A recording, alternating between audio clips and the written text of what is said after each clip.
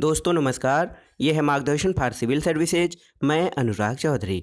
दोस्तों previous years papers revision श्रृंखला में आज की वीडियो में प्रस्तुत है प्रवक्ता परीक्षा नागरिक शास्त्र 2004 का प्रश्न पत्र, जो आपके आगामी यूपी टीजीटी पीजीटी परीक्षाओं के लिए बहुत ही महत्वपूर्ण है। इसमें हम कुल 125 प्रश्नों को हल करेंगे, जो आपके लिए बहुत ही महत्वपूर्ण होगा। तो आइए शुरू करते हैं आज का वीडियो। नागरिक शास्त्र प्रवक्ता परीक्षा 2004 का व्याख्यात्मक हल। दोस्तों आज की वीडियो का जो पहला प्रश्न है ये है कि आधुनिक राज्यों में स्थिति समूह बनाम राज्यों की होती जा रही है। आधुनिक राज्यों में स्थिति समूह बनाम राज्यों की होती जा रही है, ये कथन किसका है? तो दोस्तों ये कथन है बारकर का। अर्नेस्ट बारकर ने व्यक्ति के स्थान पर समुदाय को राज्य की इकाई माना है, और यही कारण है कि उनके अनुसार अब प्रश्न व्यक्ति बनाम राज्य नहीं बल्कि समुदाय बनाम राज्य का होता जा रहा है। तो याद रखिएगा, आधुनिक राज्यों में जो स्थिति है समूह बनाम राज्यों की होती जा रही है, ये कथन बारकर का है। अगला प्रश्न संप्रभुता से। संप्रभुता राज्य की सर्वोच्च इच्छा है, ये कथन किसका है? तो याद रखिएगा, संप्रभुता राज्य की सर्वोच्च इच्छा है, सुप्रीम विल, तो ये कथन बिलोबी का है। अगला प्रश्न है लोकप्रिय संप्रभुता की अवधारणा का प्रतिपादन किसने किया है? बहुत ही महत्वपूर्ण है, और आपने समझौतावादी विचारकों को पढ़ने के क्रम में जब आपने हाब्स, लॉक और रूसो को पढ़ा था, उस समय आपको ये शब्द आया था लोकप्रिय संप्रभुता। तो इसका प्रतिपादन रूसो ने किया था। रूसो ने किया था लोकप्रिय संप्रभुता का प्रतिपादन, और वो कहता है कि सरकार जो है वो लोगों की इच्छाओं की अभिव्यक्ति है, और इसलिए सरकार को जनता की इच्छाओं के अनुसार ही कार्य करना चाहिए। अगला प्रश्न है निम्नलिखित में से सर्वप्रथम किसने संप्रभुता की संकल्पना निरूपित की? देखिए, प्लेटो, बोदा, हाब्स और लास्की। तो सबसे पहले संप्रभुता की अवधारणा का निरूपण बोदा ने, ये सबसे पहले फ्रांस के जीन बोदा ने सबसे पहले 16वीं शताब्दी में उसकी कृति थी 6 बुक्स ऑन द रिपब्लिक, उसमें संप्रभुता शब्द का प्रतिपादन किया था। और बोदा की परिभाषा जान लीजिए संप्रभुता की क्या थी? तो वो कहता है कि यह नागरिकों और प्रजाजनों के ऊपर वह सर्वोच्च शक्ति है जो कानून के बंधनों से परे है। अगला प्रश्न है जो विचारक राज्य को संघों का संघ यानी एसोसिएशन ऑफ एसोसिएशंस मानते हैं, उन्हें क्या कहा जाता है? तो ऐसे विचारक जो राज्य को संघों का संघ मानते हैं उनको बहुलवादी या प्लूरलिस्ट थिंकर्स माना जाता है। अगला प्रश्न देखते हैं, राज्य की उत्पत्ति के दैवी सिद्धांत नहीं मानता कि, देखिए इसमें राज्य की उत्पत्ति का दैवी सिद्धांत क्या मानता है? तो वो मानता है कि राज्य ईश्वर की कृति है, और उसने राजा को अपने प्रतिनिधि के रूप में लोगों पर शासन करने के लिए भेजा है। यहाँ पे ऑप्शन देखिए, यहाँ पे जो ऑप्शन राज्य का दैवी उत्पत्ति का सिद्धांत ये नहीं मानता है कि राज्य, सरकार और वास्तव में सभी संस्थाएं मानवीय चेतना की परिणाम हैं, और वे ऐसी कृतियां हैं जो मानव के नैतिक उद्देश्यों को समझने के फलस्वरूप उत्पन्न हुई हैं। तो ये कथन दैवी उत्पत्ति का सिद्धांत का प्रतिपादन नहीं करता है, जबकि अगर जो ये कथन देखा जाए तो ये राज्य की उत्पत्ति के आदर्शवादी सिद्धांत का प्रतिपादन करता है। अगला प्रश्न है सूची 1 को सूची 2 से मिलान करना है। देखिए, वैज्ञानिक समाजवाद, प्रत्ययवाद या आदर्शवाद, अराजकतावाद, अधिनायकवाद। वैज्ञानिक समाजवाद क्या मानता है? ये मानता है कि राज्य शोषण का यंत्र है। वैज्ञानिक समाजवाद का मानना है कि राज्य शोषण का यंत्र है। प्रत्ययवाद मानता है कि राज्य का तत्वमीमांसवादी सिद्धांत है। देखिए, अराजकतावाद क्या मानता है दोस्तों? अराजकतावाद का मानना है कि, देखिए अराजकतावाद मानता है कि राज्य अनावश्यक और अवांछनीय दोनों है, और अधिनायकवाद मानता है कि एक व्यक्ति अर्थ दल में असीमित शक्ति होती है, ऐसा अधिनायकवाद का मानना है। तो आप याद रखिएगा, जो वैज्ञानिक समाजवाद है वो राज्य को शोषण का यंत्र मानता है। प्रत्ययवाद या आदर्शवाद राज्य का तत्वमीमांसी सिद्धांत है। अराजकतावाद राज्य को अनावश्यक और अवांछनीय दोनों मानता है, और अधिनायकवाद एक व्यक्ति अथवा दल में असीमित शक्ति देने की बात करता है। अगला प्रश्न है दोस्तों, निम्नलिखित में से फांसीवाद की विशेषता कौन सी नहीं है? ऑप्शन आइए देख लेते हैं। फांसीवाद एक सर्वशक्ति संपन्न राज्य का समर्थन करता है, ये सही है, इसकी विशेषता है। इसमें जातीय सर्वोच्चता या प्रजाति सर्वोच्चता पर बल दिया जाता है, ये भी सही है। और यह महामानव पूजा और विशेष वर्ग में विश्वास रखता है। तो ये तीनों विशेषताएं फांसीवाद की हैं। चौथा देखते हैं, यह अंतर्राष्ट्रीय कानूनों में पूरी निष्ठा रखता है, ये गलत है। दोस्तों, फांसीवाद जो है अंतर्राष्ट्रीयतावाद और अंतर्राष्ट्रीय कानूनों में कोई आस्था नहीं रखता है। तो सही उत्तर आपका हो जाएगा, फांसीवाद की विशेषता कौन सी नहीं है, यह अंतर्राष्ट्रीय कानूनों में पूरी निष्ठा रखता है, ये फांसीवाद की विशेषता नहीं है। अगला प्रश्न देखते हैं, तुलनात्मक राजनीति से राजनीतिक संस्कृति या पॉलिटिकल कल्चर शब्द का प्रयोग सबसे पहले किसने किया था? तो सही उत्तर है दोस्तों, आमंड। आमंड ने सबसे पहले राजनीतिक संस्कृति का प्रयोग किया था। अगला प्रश्न है, भारतीय राजनीतिक संस्कृति से संबंधित पुस्तक पॉलिटिक्स इन इंडिया पुस्तक की रचना किसने की थी? तो सही उत्तर है politics in India, Rajni Kothari. Politics in India पुस्तक रजनी कोठारी की है और इसमें उन्होंने भारतीय राजनीतिक संस्कृति, राजनीतिक सामाजिक व्यवस्था का पूर्ण विश्लेषण किया है। अगला प्रश्न है दोस्तों, राजनीतिक विकास का साधन है राजनीतिक दल, क्रांतिकारी नेता, राष्ट्रीयता की भावना और ऑप्शन डी है उपर्युक्त सभी। तो दोस्तों, राजनीतिक विकास या पॉलिटिकल डेवलपमेंट का साधन उपर्युक्त सभी हैं। अगला प्रश्न देखते हैं, संरचनात्मक प्रकारात्मक उपागम किसके नाम के साथ जुड़ा हुआ है? तो सही उत्तर है आमंड और पावल। आमंड और पावल के नाम से दोस्तों संरचनात्मक प्रकार्यात्मक उपागम जुड़ा हुआ है। और आगत निर्गत विश्लेषण जो इनपुट आउटपुट एनालिसिस था, ग्रेवियल आमंड और डेविड डिस्टन द्वारा, इसके माध्यम से इन्होंने संरचनात्मक प्रकार्यात्मक उपागम का विश्लेषण किया है। अगला प्रश्न देखिए, बहुत ही महत्वपूर्ण है, राज्य के लुप्त हो जाने का विचार किससे संबंधित है? ऑप्शन है आपके उदारवाद, समाजवाद, साम्यवाद और श्रेणी समाजवाद।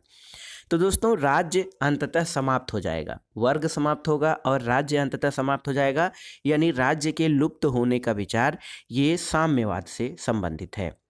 अगला प्रश्न है, देखिए, एक कथन है, राज्य पृथ्वी पर ईश्वर का पदक्षेप या अवतरण है। ये कथन हीगल का है, जॉर्ज विल्हेम फ्रेडरिक हीगल। ये कथन हीगल का है। हीगल कहता है कि the state is March of God on earth. अगला प्रश्न है, निर्धनता अपराध और क्रांति की जननी है। बहुत ही महत्वपूर्ण कथन है, निर्धनता अपराध और क्रांति की जननी है। ये कथन किसका है? तो दोस्तों, इसमें अरस्तु ने समानता, अरस्तु का जो समानता और असमानता का विचार है उसको देते हुए वो निर्धनता को अपराध और क्रांति का वाहक मानता है, या उसका निर्धनता जो है वो अपराध और क्रांति के लिए बहुत ही महत्वपूर्ण है और असंतोष को पैदा करती है। ये कथन अरस्तु का है। अगला प्रश्न है, एक बुक है डेमोक्रेसी एंड इकोनॉमिक चैलेंज नामक पुस्तक के लेखक कौन है? तो ये है मैकाइवर।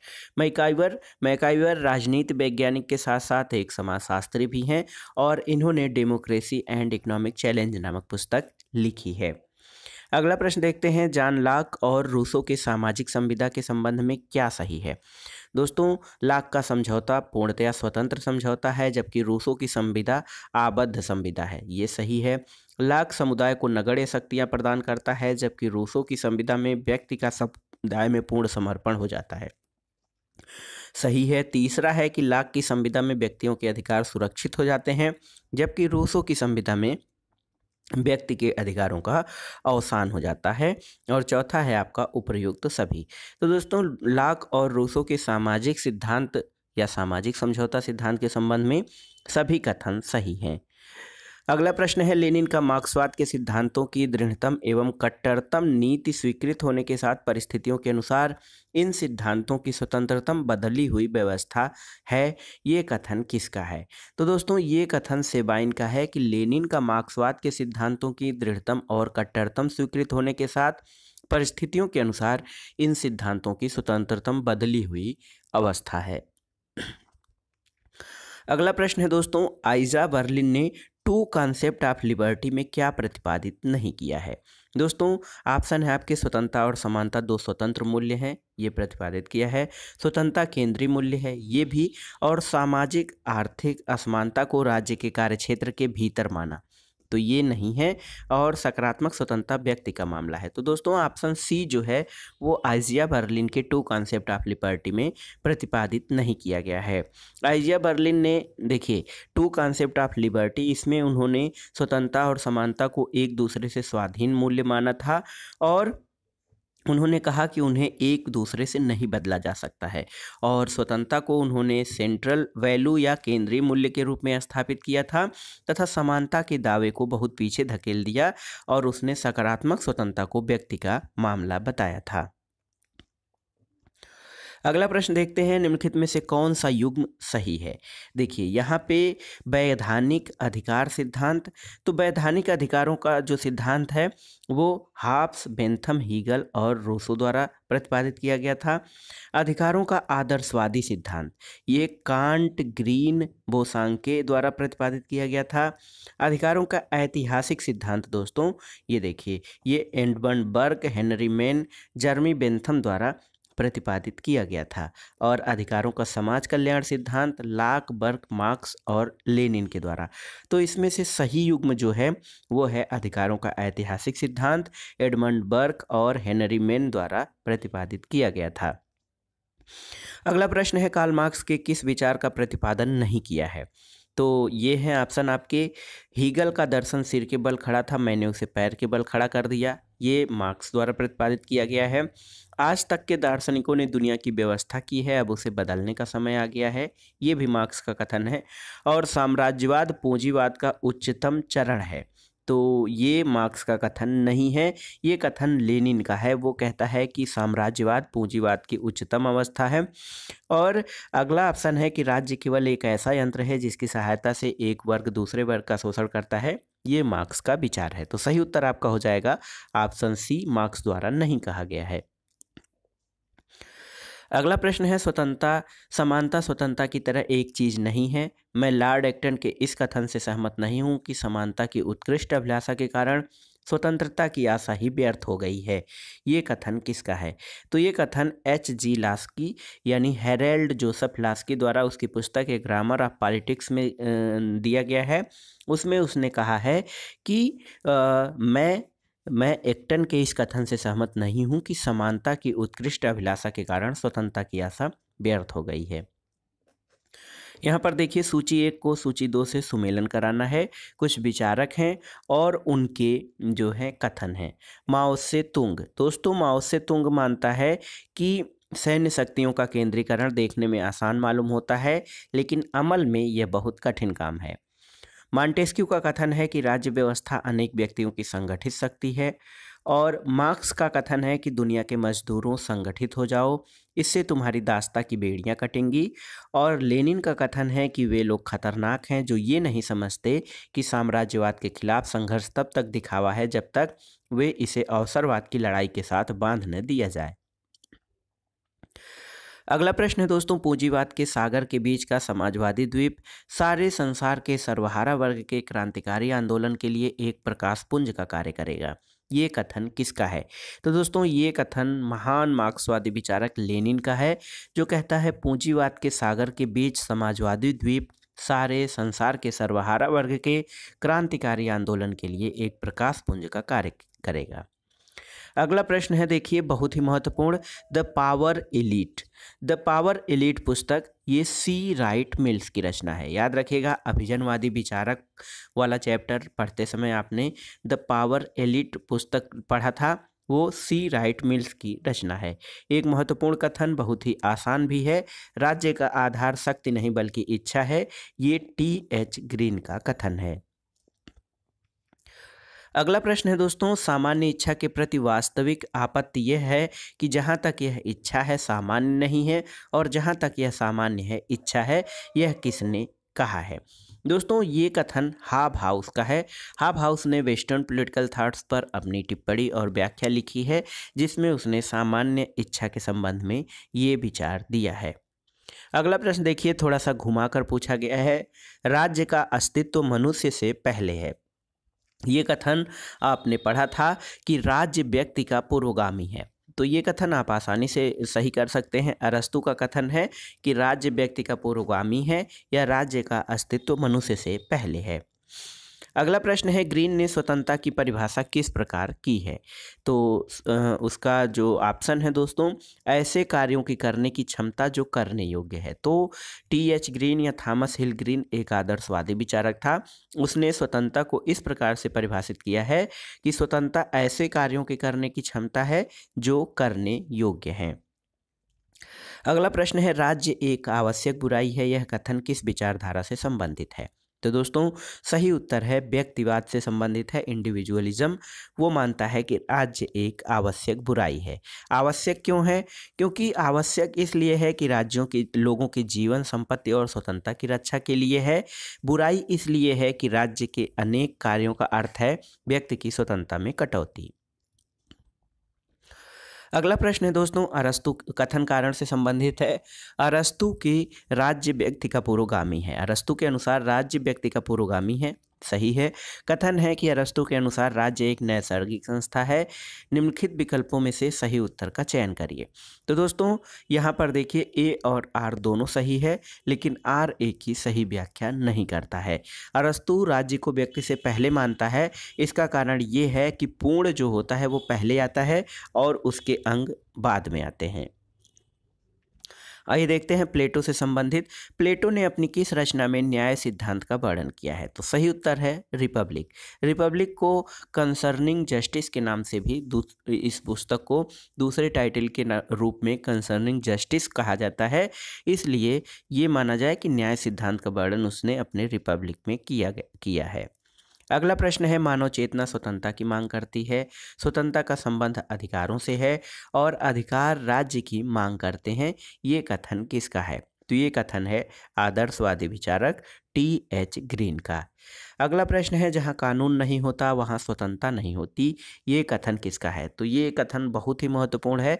जॉन लॉक का कथन है। वो कहता है कि जहाँ कानून नहीं होता वहाँ पर स्वतंत्रता नहीं होती है। अगला प्रश्न देखते हैं, शक्तिशाली का हित ही न्याय है। ये कथन जो है किसका है? आपने प्लेटो का जो पहला चैप्टर पढ़ा था, प्लेटो के न्याय सिद्धांत के अनुसार, तो प्लेटो अपना न्याय सिद्धांत प्रतिपादित करने से पहले कुछ उस समय प्रचलित न्याय सिद्धांतों का खंडन करता है। उसमें ये कथन आया था कि माइट इज राइट, यानी शक्तिशाली का हित साधन ही न्याय है। ये थ्रेसीमेकस का कथन है। अगला प्रश्न है, कौन लोकतंत्र और तानाशाही दोनों का दार्शनिक माना जाता है? तो ये है रूसो। रूसो लोकतंत्र और तानाशाही दोनों का दार्शनिक माना जाता है। अगला प्रश्न है दोस्तों, निम्नलिखित में से कौन सा एक दबाव समूह का कार्य नहीं है? दबाव समूह जनतांत्रिक प्रक्रिया की अभिव्यक्ति के साधन है। ये सही है। दबाव समूह शासन के लिए सूचना एकत्र करने वाले संगठन हैं। ये भी सही है। दबाव समूह सरकारी निरंकुशता को सीमित करते हैं। ये भी सही है। और दबाव समूह सदैव असंवैधानिक साधनों का ही प्रयोग करते हैं। दोस्तों ये सही नहीं है। हमेशा असंवैधानिक साधनों का ही प्रयोग नहीं करते हैं दबाव समूह। मतों को गिना नहीं तौला जाना चाहिए। ये कथन किसका है? तो ये कथन है जॉन स्टुअर्ट मिल का। अगला प्रश्न है दोस्तों, आनुपातिक प्रतिनिधित्व का सूत्रपात किसने किया था? तो आनुपातिक प्रतिनिधित्व रिप्रेजेंटेटिव गवर्नमेंट पुस्तक है जॉन मिल की, जे.एस. मिल की। उसमें उसने आनुपातिक प्रतिनिधित्व का सूत्रपात किया था। अगला प्रश्न है दोस्तों, डॉक्टर अंबेडकर के संबंध में कौन सा कथन गलत है? डॉक्टर अंबेडकर को आधुनिक भारत का मनु कहा जाता है। सही है। उसने कांग्रेस और गांधी के अछूतों के लिए काम किया था। तो उन्होंने कांग्रेस और गांधी ने अछूतों के लिए क्या किया? ये कहा था। और ज्ञान गंगा की वे असीम थाती ही लगते हैं। सही है। संवैधानिक साधनों में उनकी कोई रुचि नहीं थी। ये कथन गलत है। अगला प्रश्न देखते हैं, कौन सा युग्म गलत है? संसदात्मक शासन व्यवस्था, ये ब्रिटेन, भारत और जर्मनी में है। सही है। अध्यक्षात्मक शासन व्यवस्था अमेरिका, ब्राज़ील, लैटिन अमेरिका के राज्यों में है। संघात्मक शासन व्यवस्था इंग्लैंड, जापान, चीन और फ्रांस में। ये सही नहीं है। अगला प्रश्न है दोस्तों, शक्ति की राजनीति, लोक कल्याण की राजनीति, तकनीकी राजनीति और दलीय राजनीति की प्रवृत्ति केंद्रीकरण की प्रवृत्ति का मुख्य कारण रही है। ये कथन किसका है? तो के.सी. व्हीयर एक संविधान विशेषज्ञ हैं, उनका कथन है। अगला प्रश्न है दोस्तों कि किंतु प्रत्येक व्यक्ति जानता है कि संसद राजा को आस्टीनवादी अर्थ में प्रभुसत्ता संपन्न संस्था समझना असंगत है। ये कथन किसका है? तो ये कथन J.H. लास्की का है। लास्की का मानना है कि राज्य अपने समस्त स्वरूप में सर्वशक्तिमान नहीं हो सकता है, क्योंकि बाहरी मामलों में वह अन्य राज्यों के अधिकारियों की ओर से आंतरिक क्षेत्र में स्वयं की प्रकृति तथा अपने सदस्यों के व्यक्तिगत अधिकारों से सीमित होता है। अगला प्रश्न है दोस्तों, सूची 1 को सूची 2 से सुमेलन करना है। देखिए, बहुत ही आसानी से आप सुमेलन कर सकते हैं। जयप्रकाश नारायण का दल विहीन प्रजातंत्र है और डॉक्टर लोहिया ये चौखंबा राज्य की अवधारणा के प्रतिपादक हैं। जवाहरलाल नेहरू ने कहा है कि हिंदुस्तान मेरे खून में समाया हुआ है। और J.S. मिल आत्म विषयक और पर विषयक यानी स्व विषयक और पर विषयक कार्यों का विवेचना करता है। अगला प्रश्न है, महात्मा गांधी के शक्ति सिद्धांत का मुख्य तत्व क्या नहीं है? तो यहाँ पर गांधी जी का मानना था कि शक्ति का आधार हिंसा है और इसे केवल बड़ी हिंसा द्वारा ही उत्साहित किया जा सकता है। ये गांधी जी के शक्ति सिद्धांत का मुख्य तत्व नहीं है। गांधी जी के विचारों में शक्ति का तत्व कहीं भी उपस्थित नहीं है। उन्होंने शक्ति को हिंसा का आधार माना था। अगला प्रश्न है, अगस्त 1936 में डॉक्टर अंबेडकर ने किस दल की स्थापना की थी? तो ये था स्वतंत्र मजदूर दल। करो या मरो का नारा किसने दिया था? बहुत ही आसान है, महात्मा गांधी ने भारत छोड़ो आंदोलन के दौरान करो या मरो का नारा दिया था। अगला प्रश्न है, सूची 1 को सूची 2 के साथ सुमेलित करना है। देखिए, दादा भाई नौरोजी ने ड्रेन थियरी या अपोहन का सिद्धांत दिया था, अपोहन का सिद्धांत। महात्मा गांधी ने न्यासिता का सिद्धांत या ट्रस्टीशिप। रविन्द्रनाथ टैगोर ये अंतर्राष्ट्रीयतावाद के समर्थक थे और जयप्रकाश नारायण की संपूर्ण क्रांति है। अगला प्रश्न है, कांग्रेस समाजवादी दल की स्थापना कब हुई थी? तो सही उत्तर है आपका 1934 में कांग्रेस समाजवादी दल की स्थापना की गई थी। किस विचारक ने संपूर्ण क्रांति का विचार प्रस्तुत किया था? तो ये है जयप्रकाश नारायण। संपूर्ण क्रांति का विचार उनके द्वारा प्रतिपादित किया गया था। अगला प्रश्न है, भारत छोड़ो आंदोलन के दौरान कांग्रेस रेडियो का संचालन किसने किया था? तो भूमिगत होकर उषा मेहता ने कांग्रेस रेडियो का संचालन किया था। पंचशील का सिद्धांत किससे संबंधित है? महात्मा गांधी, जवाहरलाल नेहरू, जयप्रकाश नारायण और विवेकानंद। तो पंडित जवाहरलाल नेहरू से संबंधित है पंचशील का सिद्धांत। अगला प्रश्न है, फ्रांस की राज्य क्रांति का स्वरूप क्या था? ऑप्शन है बुर्जुआ, सर्वहारा, समाजवादी और नव लोकतांत्रिक। तो फ्रांस की राज्य क्रांति का स्वरूप बुर्जुआ स्वरूप का था। अगला प्रश्न है दोस्तों, सूची 1 का सूची 2 से सुमेलन करना है। देखिए, अमेरिका का संविधान 1787 में बना था। तो 1787 में बना था और देखिए 1789 में लागू हुआ था।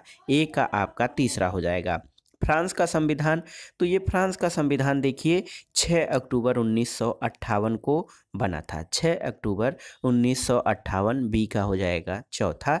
ब्रिटेन का संविधान तो 1215 में मैग्ना कार्टा और 1628 में पिटीशन ऑफ राइट हुआ था। और चीन का संविधान दिसंबर 1982 में लागू हुआ था। अगला प्रश्न है, कौन सा विचारक पाश्चात्य राजनीतिक चिंतन में संविधानवाद का जनक माना जाता है? तो अरस्तु को संविधानवाद का जनक कहा जाता है। संविधानवाद क्या होता है दोस्तों? ऑप्शन है आपके कठोर, गतिशील, अस्थायी और अपरिवर्तनशील। तो संविधानवाद जो है वो एक आधुनिक धारणा है और यह एक गतिशील अवधारणा माना जाता है। अगला प्रश्न है दोस्तों, कौन सा विचारक संविधान और संविधानवाद में अंतर नहीं करता है? C.F. स्ट्रांग ने संविधान और संविधानवाद में कोई अंतर नहीं किया है। अगला प्रश्न है दोस्तों, लॉर्ड सभा जब ब्रिटेन के सर्वोच्च न्यायालय के रूप में कार्य करती है तो उस समय हाउस ऑफ लॉर्ड्स में कितने सदस्य कार्रवाई में भाग लेते हैं? तो दोस्तों उस समय सिर्फ कानूनी सदस्य ही कार्रवाई में भाग लेते हैं। अगला प्रश्न है, भारतवर्ष में वित्तीय प्रशासन का अभिकरण नहीं है। ऑप्शन है आपके प्रशासनिक व्यवस्था की सर्वोच्च इकाई कार्यपालिका, कार्यपालिका की नियंत्रक व्यवस्थापिका, लेखा परीक्षण और जांच विभाग, वित्त आयोग। तो भारतवर्ष में वित्तीय प्रशासन का अभिकरण वित्त आयोग नहीं है। अगला प्रश्न है दोस्तों, निम्नलिखित में से मौलिक अधिकारों और नीति निर्देशक तत्वों के बीच का अंतर सही नहीं है। तो आप जानते हैं कि भारतीय संविधान के भाग 3 में अनुच्छेद 12 से 35 तक मौलिक अधिकार दिए गए हैं। ये न्याय योग्य हैं। अगर जो आपके अधिकारों का, नागरिकों के अधिकारों का हनन हो रहा है तो वो सर्वोच्च न्यायालय जा सकते हैं। लेकिन इसमें अंतर क्या है? मौलिक अधिकार राज्य को असीमित शक्ति प्रदान करते हैं, जबकि नीति निर्देशक तत्व राज्य पर सीमाएं लगाते हैं। ये अंतर सही नहीं है। अगला प्रश्न है, किसे कार्यपालिका के हाथों कोरे चेक की संज्ञा दी गई है? तो सही उत्तर है दोस्तों, प्रत्यानुदान को कार्यपालिका के हाथों कोरे चेक की संज्ञा दी गई है। अगला प्रश्न है, संसद संविधान के किसी भी भाग को संशोधित कर सकती है, लेकिन यह संविधान के मूलभूत ढांचे को परिवर्तित नहीं कर सकती है। भारतीय सर्वोच्च न्यायालय ने किस ऐतिहासिक वाद में ये दिया था? तो ये था केशवानंद भारती वाद में। ये 1973 का केशवानंद भारती बनाम केरल राज्यवाद है। इसमें ये प्रतिपादित किया गया कि संसद संविधान के किसी भाग में संशोधित कर सकती है संशोधन, लेकिन मूलभूत ढांचे में परिवर्तन नहीं कर सकती है। अगला प्रश्न है, मंत्रिमंडलीय उत्तरदायित्व के लबादे में नौकरशाही पनपती है, ये कथन किसका है? तो ये ब्रिटिश प्रधानमंत्री थे रैमजे म्योर। उनकी पुस्तक है हाउ ब्रिटेन इज गवर्नड। इसमें उन्होंने कहा था कि मंत्रिमंडलीय उत्तरदायित्व के लबादे में नौकरशाही पनपती है। अगला प्रश्न देखते हैं, सब सर आइवर जेनिंग्स द्वारा लिखित पुस्तक कौन नहीं है? तो देखिए, इसमें ये है मॉडर्न कॉन्स्टिट्यूशन। मॉडर्न कॉन्स्टिट्यूशन पुस्तक आइवर जेनिंग्स द्वारा नहीं लिखी गई है। अगला प्रश्न है, भारतीय संविधान के अंतर्गत राष्ट्रपति द्वारा अनुच्छेद 123 के तहत जारी अध्यादेश के संबंध में कौन सा कथन सही है? तो इसमें सही कथन है, अध्यादेश के जारी होने से यह समाधान होना जरूरी नहीं है कि ऐसी परिस्थितियां विद्यमान है जिसके कारण तुरंत कार्रवाई करना अपेक्षित है। अगला प्रश्न है दोस्तों, ऑम्बुड्समैन या जनहित रक्षक संस्था सर्वप्रथम कहाँ स्थापित की गई थी? तो ये सबसे पहले स्वीडन में स्थापित की गई थी। स्कैंडिनेवियन देश नॉर्वे, स्वीडन, फिनलैंड जो है वहाँ पर सबसे पहले ये अवधारणा प्रकाश में आई थी और स्वीडन में सबसे पहले इसकी स्थापना की गई थी। अगला प्रश्न है, भारतीय संविधान के किस अनुच्छेद के अधीन राज्यपाल राष्ट्रपति के विचारार्थ किसी विधेयक को आरक्षित रख सकते हैं? तो याद रखिएगा, ये है अनुच्छेद 201। अगला प्रश्न है, भारतीय संविधान के किस अनुच्छेद के अंतर्गत कोई नागरिक अपने मौलिक अधिकार की रक्षा के लिए उच्च न्यायालय में याचिका दायर कर सकता है? तो अनुच्छेद 226। देखिए, अनुच्छेद 32 और 226 इसके आधार पे कोई नागरिक अपने अधिकारों का हनन होने पर याचिका दायर कर सकता है, लेकिन उच्च न्यायालय के लिए ये अनुच्छेद 226 है। अगला प्रश्न है दोस्तों, भारतीय लोकसभा की अधिकतम सदस्य संख्या कितनी है? तो ये है 552, याद रखिएगा। अगला प्रश्न है दोस्तों, किस संविधान के द्वारा संपत्ति के अधिकार को मौलिक अधिकारों के अभ्यास से निकाल दिया गया था? तो ये था आपका 44वां संविधान संशोधन। इसके द्वारा जो संपत्ति का अधिकार मौलिक अधिकार की श्रेणी में था, उसको अनुच्छेद 300 क के अंतर्गत एक विधिक अधिकार बना दिया गया था। अगला प्रश्न है, भारत के संविधान ने अमेरिका की न्यायिक सर्वोच्चता प्रणाली और इंग्लैंड के संसदीय सर्वोच्चता के सिद्धांत के बीच आश्चर्यजनक रूप से एक मध्यम मार्ग खोज निकाला है, ये कथन किसका है? तो ये डी बसु, दुर्गादास बसु की पुस्तक में इनका कथन है कि भारत का जो संविधान है उसने अमेरिका की न्यायिक सर्वोच्चता प्रणाली और इंग्लैंड के संसदीय सर्वोच्चता के बीच आश्चर्यजनक रूप से मध्यम मार्ग निकाल लिया है। अगला प्रश्न है, निम्नलिखित में से कौन संविधानेतर संस्था है? तो सही उत्तर है योजना आयोग। अब तो योजना आयोग को समाप्त कर दिया गया है और उसके आयोग पर एक नीति आयोग का गठन किया गया है। देखिए दोस्तों, अगला प्रश्न है, डॉक्टर भीमराव अंबेडकर द्वारा भारतीय संविधान में वर्णित किस अधिकार को संविधान का हृदय और आत्मा कहा गया है? तो ये है संवैधानिक उपचारों के अधिकार को। डॉक्टर भीमराव अंबेडकर ने संवैधानिक उपचारों के अधिकार को संविधान का हृदय और आत्मा कहा है। अगला प्रश्न है, भारत में संघ लोक सेवा आयोग द्वारा वार्षिक प्रतिवेदन किसके समक्ष प्रस्तुत किया जाता है? तो ये राष्ट्रपति के समक्ष, भारत के राष्ट्रपति के समक्ष संघ लोक सेवा आयोग का वार्षिक प्रतिवेदन प्रस्तुत किया जाता है। अगला प्रश्न है, भारतीय संसद की किस समिति को संसद की तीसरी आंख कहा जाता है? तो ये है लोक लेखा समिति, पब्लिक अकाउंट कमेटी को दोस्तों संसद की तीसरी आंख कहा जाता है। लोकपाल विधेयक संसद में प्रथम बार कब प्रस्तुत किया गया था? याद रखिएगा 1968 में सबसे पहले प्रथम प्रशासनिक सुधार आयोग की सिफारिश पर ऑम्बुड्समैन या लोकपाल संस्था की नियुक्ति के लिए पहली बार संसद में विधेयक प्रस्तुत किया गया था। अगला प्रश्न है, कौन संविधान संशोधन अधिनियम भारतीय राष्ट्रपति के निर्वाचन में संघीय क्षेत्रों की विधानसभाओं के सदस्यों के भाग लेने का आह्वान करता है? तो ये है 70वां संविधान संशोधन 1992। इसके द्वारा राज्य के अंतर्गत दिल्ली जो राजधानी क्षेत्र है और पुडुचेरी संघ राज्य क्षेत्र को भी राष्ट्रपति के चुनाव में शामिल किया गया है। अगला प्रश्न है, अस्थायी अधिनायकवाद के अस्थायी और सुस्थापित अत्याचारपूर्ण व्यवस्था बन जाने की संभावना सदा बनी रहती है, ये कथन किसका है? तो ये बारकर का कथन है। अगला प्रश्न है, सरकारिया आयोग का संबंध किससे है? तो ये केंद्र राज्य संबंधों से संबंधित है सरकारिया आयोग। अगला प्रश्न है दोस्तों, निम्नलिखित में से कौन सा युग्म गलत है? तो देखिए यहाँ पर गलत युग्म है कि अमेरिका एक बार स्पीकर सदैव स्पीकर, ये गलत है। अगला प्रश्न है, संयुक्त राज्य अमेरिका में शासन की शीर्ष विहीन शाखा और कांग्रेस की भुजाएं किसे कहा गया है? दोस्तों कार्यपालिका को शासन की शीर्ष विहीन शाखा और उसे कांग्रेस की भुजाएं कहा गया है। अगला प्रश्न देखते हैं, जेरीमैंडिंग की प्रथा किस देश में प्रचलित है? जेरीमैंडिंग प्रथा दोस्तों संयुक्त राज्य अमेरिका में प्रचलित है और चुनाव क्षेत्रों का निर्धारण करते समय जेरीमैंडरिंग की दूषित प्रथा का प्रयोग किया जाता है। अगला प्रश्न है, अमेरिका में दबाव समूहों द्वारा निम्नलिखित में से कौन सी विधि प्रयोग में लाई जाती है? तो ये प्रयोग में लाई जाती है लॉबिंग। लॉबिंग या लॉबी प्रचार अमेरिका में दबाव समूहों द्वारा ये विधि प्रयोग में लाई जाती है। अगला प्रश्न है कि किस वाद में अमेरिकी मुख्य न्यायाधीश मार्शल ने न्यायिक पुनरावलोकन की व्याख्या की थी? तो ये था मार्बरी बनाम मेडिसन। याद रखिएगा मार्बरी बनाम मेडिसन वाद में सबसे पहले अमेरिकी मुख्य न्यायाधीश मार्शल ने न्यायिक पुनरावलोकन या जुडिशियल रिव्यू की व्याख्या की थी। अगला प्रश्न है, देखिए दोहरा रहा है ये प्रश्न, पिछले बार के पेपर में भी हमने पढ़ा था।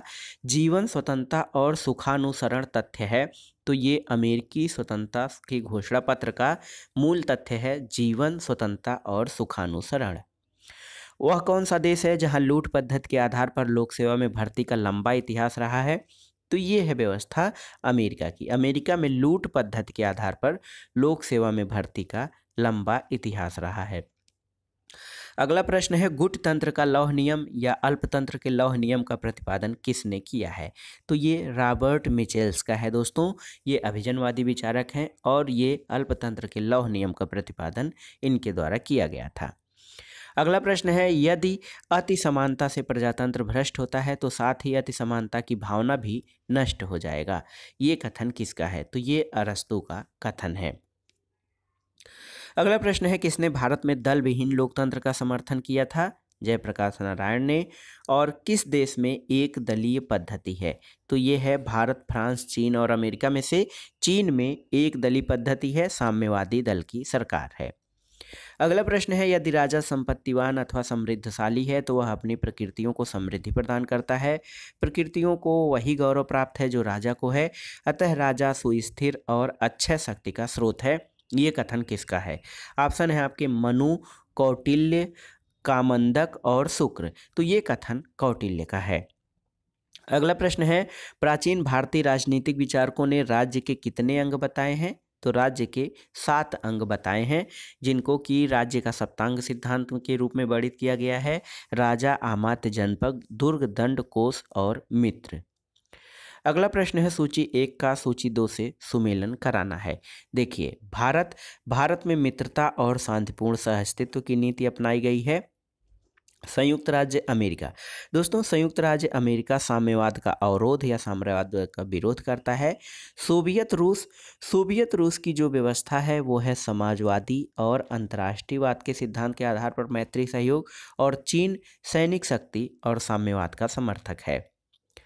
अगला प्रश्न है, मूने के अनुसार स्टाफ कार्य के 3 पक्ष कौन से हैं? तो दोस्तों सही उत्तर है उपर्युक्त सभी, यानी सूचनात्मक, परामर्शकारी और पर्यवेक्षणात्मक। इन्फॉर्मेटरी, एडवाइजरी और सुपरवाइजरी, ये मूने की पुस्तक प्रिंसिपल ऑफ ऑर्गेनाइजेशन में उसने स्टाफ के 3 कार्यों का वर्णन किया है। स्वतंत्रता, समानता और विश्व बंधुत्व नारा किस संविधान के घोषणा पत्र का है? तो दोस्तों ये 1789 के फ्रांसीसी क्रांति के घोषणा पत्र का नारा है कि स्वतंत्रता, समानता और विश्व बंधुत्व। अगला प्रश्न है नौ उपनिवेशवाद के संबंध में क्या सही है? तो सही उत्तर है दोस्तों, नौ उपनिवेशवाद प्रभाव क्षेत्र का साम्राज्य है और यह आधुनिक साम्राज्यवाद है। नौ उपनिवेशवाद में एक शक्तिशाली राष्ट्र से और अपेक्षाकृत कम शक्तिशाली राष्ट्र का संबंध एक आर्थिक उपनिवेश का होता है और इसमें बहुराष्ट्रीय कंपनियों द्वारा खनिज संपदा और उपभोक्ता व्यापार का नियंत्रण आदि संसाधनों का प्रयोग किया जाता है। तो ये सभी नौ उपनिवेशवाद के संबंध में सही हैं। अगला प्रश्न है औपचारिक प्रशिक्षण को किसमें विभाजित किया जा सकता है? प्रवेश पूर्व प्रशिक्षण, अभिनवकरण प्रशिक्षण, सेवाकालीन प्रशिक्षण, उपर्युक्त सभी। तो दोस्तों औपचारिक प्रशिक्षण को उपर्युक्त सभी में विभाजित किया जा सकता है। अगला प्रश्न है लोक प्रशासन पर न्यायालय के नियंत्रण की दशा कौन सी है? तो अधिकार क्षेत्र का अभाव, विवेक का अनुचित प्रयोग, प्रक्रिया संबंधी त्रुटि, उपर्युक्त सभी। तो ये सभी लोक प्रशासन पर न्यायालय के नियंत्रण की दशा है। अगला प्रश्न है दोस्तों ब्रिटिश युग में कौन सा प्रशासनिक सुधार आयोग नहीं बना था? तो माउंटबेटन आयोग ब्रिटिश काल में नहीं बना था, जबकि एचिसन, ली और एल्गिंस्टन आयोग ये ब्रिटिश काल में प्रशासनिक सुधार के लिए बने थे। अगला प्रश्न है अंतर्राष्ट्रीय राजनीति में यथार्थवादियों को तामस पुत्र और आदर्शवादियों को प्रकाश पुत्र की संज्ञा किसने दी थी? ये नाइबहर रेनाल्ड नेबुर, ऐसे आप कहिए, रेनहॉल्ड नेबुर ने अंतर्राष्ट्रीय राजनीति में यथार्थवादियों को तामस पुत्र और यथार्थवादियों को प्रकाश पुत्र की संज्ञा दी थी। संयुक्त राष्ट्र का कौन सा विशिष्ट अभिकरण नहीं है? तो दोस्तों संयुक्त राष्ट्र के 6 अंग हैं, इसमें अंतर्राष्ट्रीय न्यायालय जो है ये संयुक्त राष्ट्र का विशेष अभिकरण नहीं है। अगला प्रश्न है शक्ति संतुलन की विशेषता कौन सी नहीं है? तो सही उत्तर है शक्ति संतुलन की स्थापना स्वतः हो जाती है, ये सही नहीं है। अगला प्रश्न है नेहरू विश्व के सामने अपनी देश की आवाज़ थी, विशेष दुनिया के साथ अपने देश की नीति के दार्शनिक निर्माता और मंत्री थे। अन्य किसी देश में कोई व्यक्ति विदेश नीति के निर्माण में इतनी प्रभावी भूमिका अदा नहीं करता जितना नेहरू भारत में करते हैं। ये कथन किसका है? ये कथन माइकल ब्रेशर का है, जिसने पंडित नेहरू को दुनिया के सामने भारत की आवाज़ कहा था। अगला प्रश्न है दोस्तों तनाव शैथिल्य का निर्धारक तत्व कौन सा नहीं है? तो सही उत्तर है आपका राष्ट्रीय प्राथमिकताओं में बुनियादी परिवर्तन, ये तनाव शैथिल्य का निर्धारक तत्व नहीं है। अगला प्रश्न है नवीन लोक प्रशासन के उदय और विकास में कौन सी घटना सहायक है? तो सही है मिन्नो ब्रुक सम्मेलन 1968। दोस्तों मिन्नो ब्रुक सम्मेलन 1968 से सबसे पहले, लेकिन सार्वजनिक सेवाओं संबंधी उच्च शिक्षा प्रतिवेदन 1967 और ड्वाइट वाइल्ड द्वारा प्रतिपादित पुस्तक public administration in A time of turbulence 1971, ये सभी नवीन लोक प्रशासन के उदय के लिए उत्तरदायी हैं। अगला प्रश्न है अंतर्राष्ट्रीय राजनीति के वैज्ञानिक अध्ययन में उन्नति तब तक संभव नहीं जब तक मॉर्गेनथाउ का यथार्थवादी सिद्धांत प्रभावशाली है, ये कथन किसका है? तो ये वाशरमैन का कथन है। अगला प्रश्न है मार्टिन कैपलान ने अंतर्राष्ट्रीय राज्य व्यवस्था के निम्नलिखित में से किस प्रतिमान की कल्पना नहीं की थी? तो ऑप्शन है आपके शक्ति संतुलन व्यवस्था, उत्तर परमाणु युद्ध मॉडल, शिथिल द्विध्रुवी व्यवस्था और दृढ़ ध्रुवी व्यवस्था। तो कैपलान में उत्तर परमाणु युद्ध मॉडल की कल्पना नहीं की थी। अगला प्रश्न है लोकायुक्त पद की स्थापना 1971 में सर्वप्रथम कहाँ की गई थी? तो भारत के महाराष्ट्र में सबसे पहले लोकायुक्त पद की स्थापना की गई थी। अगला प्रश्न देखते हैं सामूहिक सुरक्षा के संबंध में कौन सा कथन गलत है? किसी एक राज्य पर किया गया आक्रमण सभी राज्यों पर किया गया आक्रमण नहीं माना जाएगा। तो ये सामूहिक सुरक्षा के संबंध में गलत है, क्योंकि सामूहिक सुरक्षा की अवधारणा का जो मूल सिद्धांत है वो ये मानता है किसी एक राज्य पर किया गया आक्रमण सभी राज्यों पर किया गया आक्रमण माना जाएगा और सभी राष्ट्र मिलकर उसका सामना करेंगे। अगला प्रश्न है दक्षिण एशियाई क्षेत्रीय सहयोग संगठन दक्षेस में कितने सदस्य हैं? तो ये हैं 7। देखिए 7 सदस्य। सबसे पहले जब इसकी स्थापना की गई थी तो 7 सदस्य थे, लेकिन इस समय 8 सदस्य हैं। अफगानिस्तान को भी दक्षेस में शामिल कर लिया गया है। अगला प्रश्न है कौन सा उत्तर दक्षिण संवाद का तात्पर्य नहीं है? तो दोस्तों विश्व व्यापार संगठन की स्थापना करना उत्तर दक्षिण संवाद का विषय नहीं है, याद रखिएगा। अगला प्रश्न है, संथानम समिति की रिपोर्ट के आधार पर केंद्रीय सतर्कता आयोग की स्थापना कब की गई थी? CVC, सेंट्रल विजिलेंस ब्यूरो जो है सेंट्रल विजिलेंस कमीशन, इसकी स्थापना फरवरी 1964 में की गई थी। अगला प्रश्न देखते हैं दोस्तों, उत्तर व्यवहारवाद का आधारभूत लक्षण क्या नहीं है? तो यह है सामाजिक रूढ़िवादिता की विचारधारा उत्तर व्यवहारवाद का लक्षण नहीं है। हर्बर्ट मॉरिसन के अनुसार नौकरशाही क्या है? दोस्तों, हर्बर्ट मॉरिसन के अनुसार नौकरशाही संसदीय जनतंत्र का मूल्य है। अगला प्रश्न है, तुलनात्मक राजनीति सब कुछ है या कुछ भी नहीं है? ये कथन किसका है? GK Roberts. GK रॉबर्ट्स का मानना है कि जो कंपैरेटिव पॉलिटिक्स है वो सब कुछ है या कुछ भी नहीं है। अगला प्रश्न है, तुलनात्मक राजनीति का उद्देश्य क्या है? दार्शनिक लक्ष्य, वैज्ञानिक लक्ष्य, शासन नीति के प्रयोग लक्ष्य, उपर्युक्त सभी। तो उपर्युक्त सभी तुलनात्मक राजनीति का उद्देश्य है। अगला प्रश्न है, शासन के तुलनात्मक विश्लेषण की परंपरा अरस्तु जितनी प्राचीन है किंतु आधुनिक अर्थ में तुलनात्मक राजनीति का अध्ययन सर्वथा नवीन है। ये कथन किसका है? ये है डॉक्टर इकबाल नारायण का कथन है। अगला प्रश्न है, कौन सी समस्या तुलनात्मक राजनीति की समस्या नहीं है?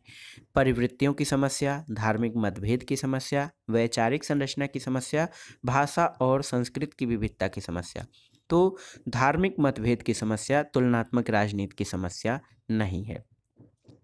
अगला प्रश्न देखिए, एक कथन है, शक्ति बंदूक की नली से निकलती है। ये कथन माओ का है। माओ से तुंग, उसका कथन है कि शक्ति बंदूक की नली से निकलती है। अगला प्रश्न है कि किस विचारक ने अपनी पुस्तक इंटरनेशनल इन इक्विलिब्रियम में संतुलन सिद्धांत की सुसंगत व्याख्या की है? तो ये है जॉर्ज लिस्का। जॉर्ज लिस्का ने इंटरनेशनल इक्विलिब्रियम सिद्धांत में शक्ति संतुलन सिद्धांत की व्याख्या किया है। अगला प्रश्न है दोस्तों, शीत युद्ध के अंत का प्रमुख परिणाम क्या था? तो ये बाजार अर्थव्यवस्था की लोकप्रियता। दोस्तों, सोवियत संघ का विघटन हो गया और साम्यवाद का पतन तथा बाजार अर्थव्यवस्था यानी मार्केट इकोनॉमी की लोकप्रियता, ये शीत युद्ध का प्रमुख कारण था अंत का।